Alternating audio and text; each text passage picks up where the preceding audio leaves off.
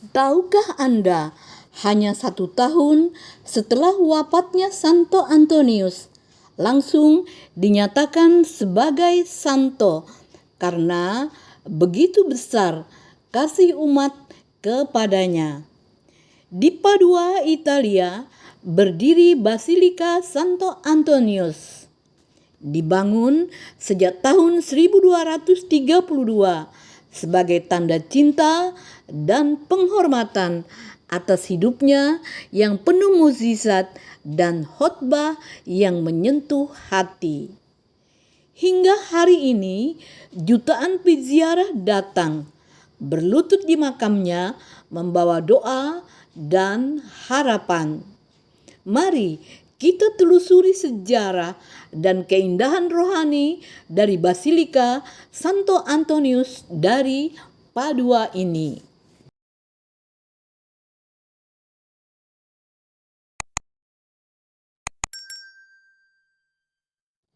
Tanggal 17 Oktober 2025, pagi itu udara Somma Lombardo terasa sejuk dan tenang.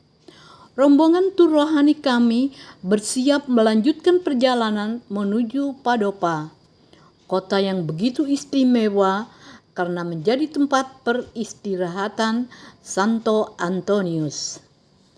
Sambil menunggu bus kami tiba, suasana dipenuhi semangat dan keceriaan.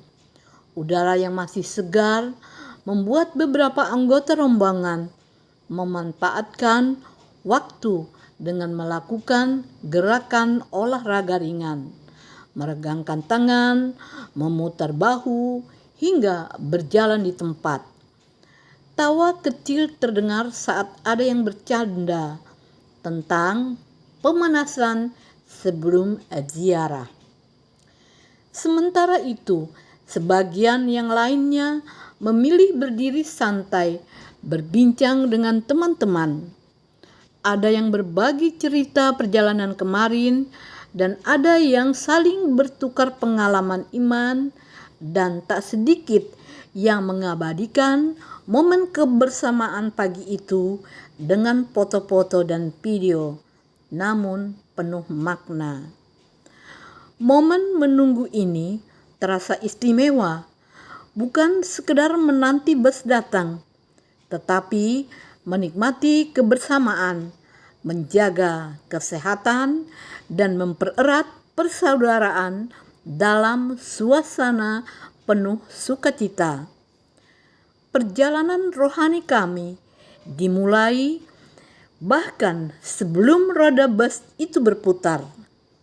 Menjelang tiba di Padopa, hati kami semakin berdebar, membayangkan momen berdoa di Basilika Santo Antonius, sebuah perjalanan yang bukan hanya indah secara pemandangan, tetapi juga memperkaya jiwa dan mempererat persaudaraan dalam iman. Karena bus kami tidak bisa sampai tepat di depan Basilika Santo Antonius, kami pun melanjutkan perjalanan dengan berjalan kaki. Justru disitulah letak keindahannya. Kami menyusuri jalan sambil bercanda tawa hingga tidak terasa capeknya. Sepanjang perjalanan kami melihat para pedagang di pinggir jalan yang menawarkan berbagai souvenir rohani, rosario, patung kecil Santo Antonius, hingga aneka cedera mata khas Italia.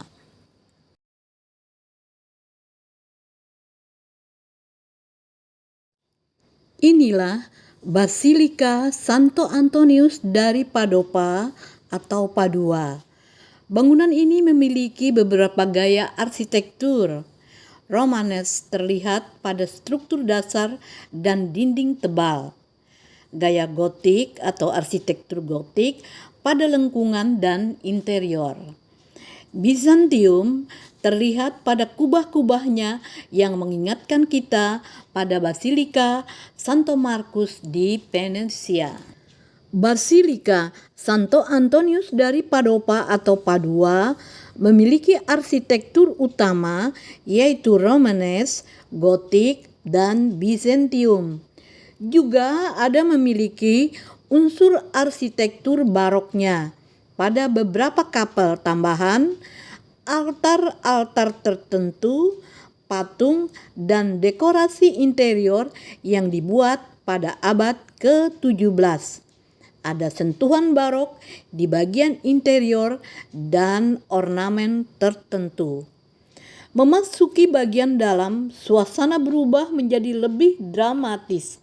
Beberapa kapel dan altar menampilkan gaya barok yang kaya ornamen dengan ukiran detailnya, marmer berwarna, dan patung-patung yang penuh ekspresi.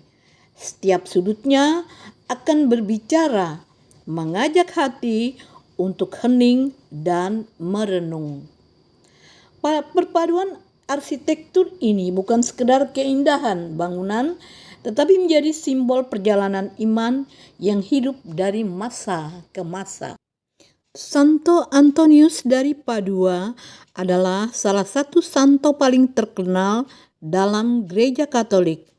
Dikenal sebagai pewarta ulung, pembela kaum kecil, dan santo pelindung bagi mereka yang kehilangan barang. Ia lahir di Lisboa, Portugal, lalu kemudian berkarya sebagai biarawan Fransiskan dan mengabadikan hidupnya untuk mewartakan Injil dengan penuh kasih dan kerendahan hati.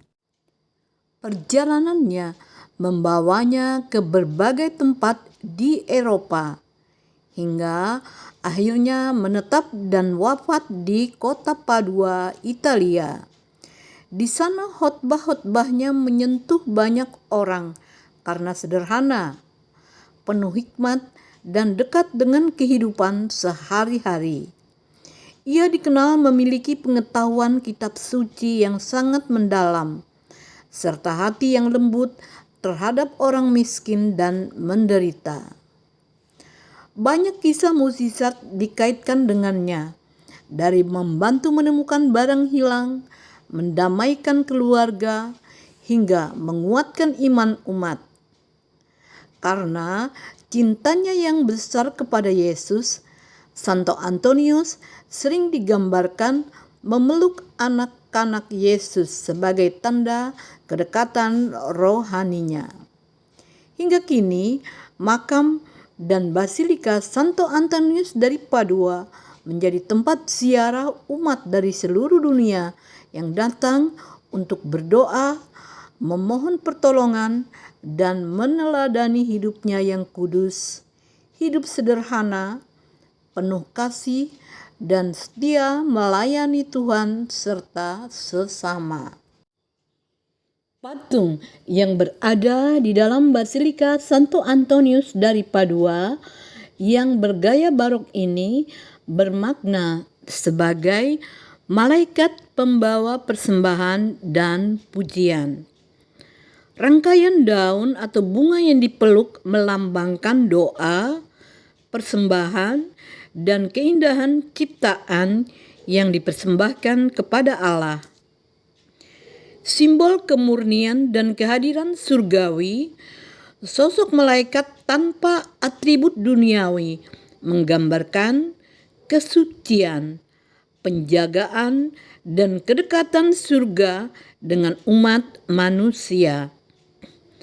Gaya barok, iman yang hidup dan emosional, ekspresi tubuh, dan hiasan yang kaya menegaskan semangat barok. Iman yang dirayakan dengan keindahan, gerak, dan rasa kagum agar umat yang berdoa terangkat hatinya.